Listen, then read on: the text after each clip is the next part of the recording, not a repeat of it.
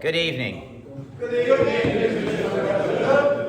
Actually, you're in fine voice considering we're somewhat diminished in numbers this evening with I guess, quite a few folks over at the Beckenham Relay. We've got a few teams there. Anyway, the news for the week, we've got international representation, we've got personal bests, we've got championship records.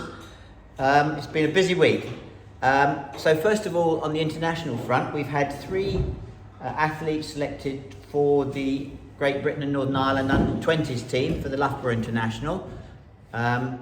So we've got Zara Obama-Kinwa, who's been chosen for the discus, Sam Reardon, we mentioned I think last week, for the 800 metres and the 4x4 relay, and Jariah Quino for the 4x100 metres relay. So that's a great achievement for those athletes, and I think they deserve a round of applause.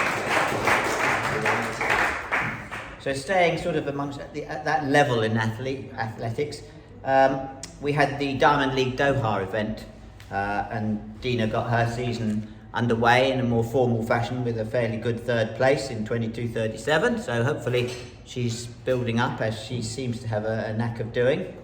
At the BMC event in Birmingham, we had some good 800 metre performances. Angus Harrington did a 1:49.20, a PB for Henry Fisher at 1:49.91, and Sam Reardon followed closely behind him. Over in the US, we had three new club records set up. Katie Ann McDonald broke the under-23 record for the 1500 metres with a 4:12.3. Lewis Mills clocked PB, obviously 8:52 for the 3000 metre steeplechase, which is an under-23 club record. And Ethan Brown ran a new PB of 46.18, which is also an under-23 club record. So obviously the US contingent doing pretty well. In the UK, the big event was the Kent County Championships over at Gillingham, which was held over Saturday, Sunday. We have over 30 county champions now from as a result of that. Highlights: Rayan Murtadi won the 100 metre hurdles under 17 in 13:58. In the pole vault under 15B, Charlie Platt won, took the championship record, which was been previously held by his brother. Other outstanding performances: Bailey Stickings did a 51:32 over 400 metres, and he was also second in the flat 400 metres. Morgan Squibb in the under-20 ladies won the 800 and the 1500. She won the 800. She ran the 800, the 1500, and the 2000 steeplechase. She won two, and she came second, I think, in the third. But I can't remember which. Probably the 800 she was second in. Kai Chi Ukpei in the jumps won the high jump, the long jump, and the triple jump in the under 15 girls. And Erin Simpson did the same in the throws: discus, hammer, and javelin.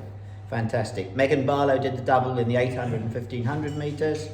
Faith Akinbilige won both the 100 and 200 metre under 17s. Lauren Farley at the senior ladies returned to form with a 50.92 javelin win, and James Whittaker won the senior men's event with a 69.49 metre, well ahead of anybody else. John Wakeman would kill me if I didn't point out that his pole vault squad, consisting of Barnaby Corrie, Oscar Whitcomb, Charlie Platt and Holly Platt, they all won gold medals. A bit of a family affair, the pole vault, and Platts did really well. So well done to all of those. Last weekend I reported on the Tunbridge, the YDL at Tunbridge, and I think told you that we'd lost to Reading by 12 points. Well, during the course of today, we'd either won the match by half a point, or lost it by about 3.5 points, and still seem to be going through trying to work out who has won. Interestingly, it all seems to be around how many officials Reading had as opposed to we had, and what level they were qualified at. I mean, in some ways it's a bit of a shame, but it does illustrate the importance of us fielding officials. Out of the total of around 550 points between ourselves and that both ourselves and Reading were close to, 50 odd of those points come from, we get a maximum of 56 points from officials. So it's quite significant. Right, other events are on. The Chisel Hurst Half Marathon took place on Sunday. Don't know if there's anybody here who ran it. I don't think so. We had Tony Crowder, was our first club member home. He was in 5th place, but he was first vet. Steve Everton was there. He came 14th and 5th in his age category. And Christian Clement was 17th and also 5th in his age category. So well done them. Park run. We had 50 people running park run last week in 25 different locations, so quite spread out, ranging from a place called Flegg High, which is near Great Yarmouth, where Katie Murray ran. The Kingsmills and George were down in the Forest of Dean at a park run called Newent. Townmoor, Newcastle, Bertie Harrington ran, but the furthest from here was Aberdeen, where Nick Barber did a park run. We had 6 first places, which consisted of Carol Coulon, who was at the Black Park Run, which is at Slough. Roger Villadell won Bromley. Millie Smith, Cannon Hill, Birmingham. Katie Murray won Flegg High, the Great Yarmouth one I referred to. Robert Perry, if you remember, was in Italy at the Mura di Luca last week. He won at Hoblingwell. Alessio Tutt won at Orpington.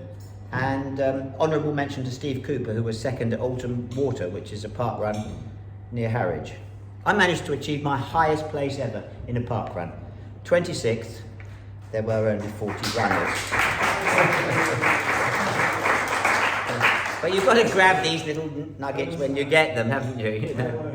Oh, that was Swanley. So I recommend it. It's a very nice little course, and there's a good cafe. Right. Beckenham relays, there's nobody come back from the relay, so we don't know how we did that, not to worry. This weekend we've got the YDL lower age group at Bracknell on Saturday and the Southern Athletic League at Gillingham on Sunday. Next Wednesday's Paris Handicap, Dick, is that right?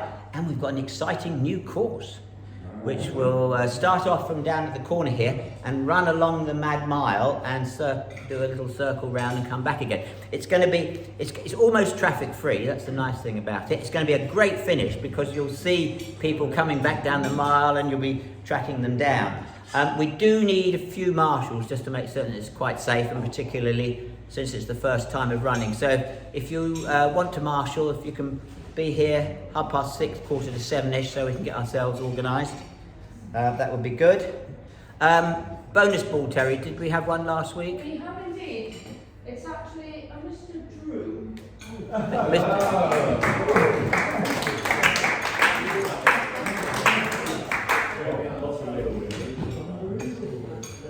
Well, very good, very good. Right, we've now got details of Rob Brown's funeral. So that's going to be on Monday the 6th of June at 11:30 at Worthing Crematorium. There's an address on social media, or you can come and get it from me afterwards. There's planned to be a reception at Rob and Brenda's house afterwards, but so that they can, and again the address and everything is available on social media, or ask me if you can't get onto that. Further details about flowers and donations, when we know them, we'll let you know about that. If you're planning on going, if you could let Steve Hollingdale know, because they obviously need to make certain they cater for the right number and that they can accommodate them in the house, otherwise they might have to make alternative arrangements. So that's the 6th of June, it's after the Jubilee long weekend, so down at Rustington. Other thing to note is London Marathon. We've got just one club place for this year, so there will be a draw for that place amongst members who failed to get in on the ballot. So for you to be eligible to go in the draw, you need to have been unsuccessful in this year's ballot. You need to have paid your subs up to date. You need to be an England Athletic registered athlete. You can't have won the draw last year, and you will have to pay the entry fee. If you could forward your email rejection slip to Nick Barber, and his email address is nbarber25@btinternet.com, or bring it along on the night, but it'll take place at the President's News, so 8:30 on the Wednesday the 1st of June.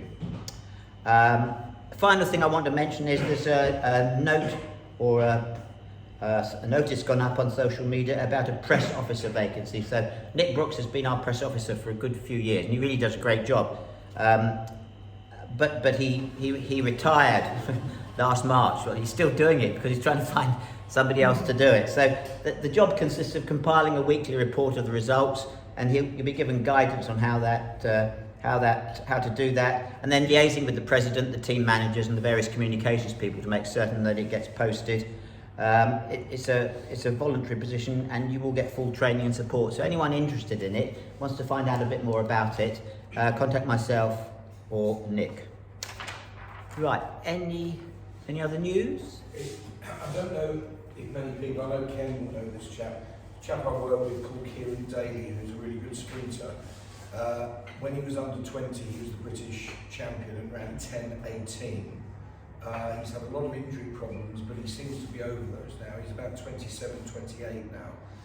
And he told me this morning that he's sort of on the comeback trail, and he ran, I think, 10.37, having not got anywhere close to that in the last 2 or 3 years because of injuries and other problems. So he was due to run in the British League match last week, but he had a stomach upset and couldn't go, which is really sad because he was going to do the 2 and the 100, I think, and the relays.